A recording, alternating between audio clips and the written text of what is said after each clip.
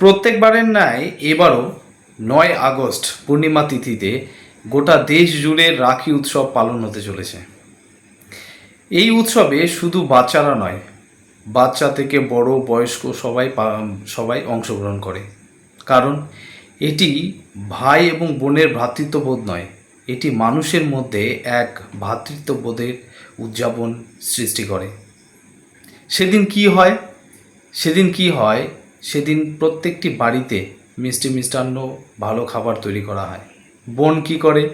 বোন একটি থালাতে সুতো, মিষ্টি, তিলক, প্রদীপ, কিছু দুব্বা ধান এই সব কিছু রেখে তার ভাইয়ের হাতে সেই সুতো পরিয়ে দেয় এবং সঙ্গে এই প্রতিশ্রুতিটিও অর্জন করে যে তার ভাই সবসময় তাকে রক্ষা করবে।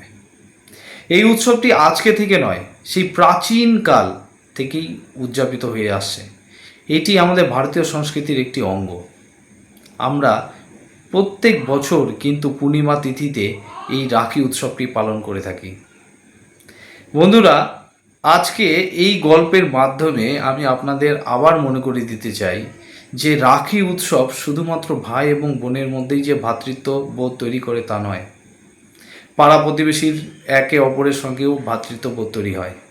আমরা যে অর্গানাইজেশনের সঙ্গে যুক্ত আছি সেখানেও ভ্রাতৃত্ববোধ তৈরি হয়। তাই দেখবেন এখন এটি আস্তে আস্তে গোষ্ঠী থেকে এক সম্প্রদায়ের মানুষ অন্য সম্প্রদায়ের মানুষকেও প্রতিনিয়ত প্রত্যেক বছরই সেই রাখি উৎসবের মাধ্যমে মিষ্টি আদান প্রদান করে থাকে।